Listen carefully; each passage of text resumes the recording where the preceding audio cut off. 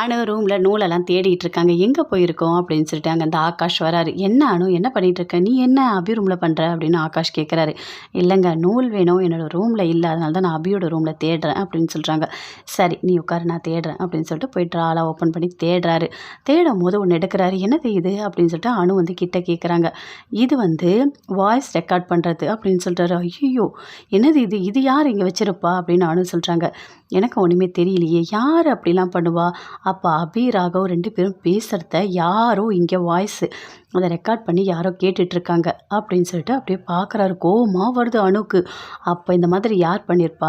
அந்த கிரிமினல், அந்த முரளி தான் இதெல்லாம் பண்ணியிருப்பான் அப்படின்னு அனு சொல்கிறாங்க. அதை கேட்டோன்னே அப்படியே ஆகாஷ் அப்படியே கோவப்படுறாரு. அவனை என்ன பண்ணலாம், ஏதாவது ஒன்று பண்ணணும் அப்படின்னு சொல்லிட்டு பயங்கரமாக 2 பேருமே சேர்ந்து கோவப்படுறாங்க. அப்போ அபி ராகவ் 2 பேருமே ஆஃபீஸ் போயிட்டு வராங்க. வந்த உடனே அபி இங்கே வா, உங்ககிட்ட பேசணும் அப்படின்னு அனு கூப்பிடுறாங்க. சொல்லு அனு என்ன அப்படின்னு அபி கேட்குறாங்க. இங்கே பாரு, இது என்னதுன்னு பாரு அப்படின்னு சொல்லிட்டு கொடுக்குறாங்க. வாங்கி அப்படியே பார்க்குறாங்க. இது வந்து வாய்ஸ் ரெக்கார்ட் பண்ணுறதில்ல அப்படின்னு சொல்லிட்டு அபி சொல்கிறாங்க. ஆமாம், இது உன்னோட ரூமில் இருந்தால் நான் எடுத்தேன் அப்படின்னு அனு சொல்கிறாங்க. அதை கேட்டோன்னே அபி அப்படியே ஷாக் ஆகுறாங்க. இதுவா, இது நாங்கள் வைக்கலையே, யார் வச்சிருப்பா அப்படின்னு சொல்லிட்டு அபி கேட்குறாங்க.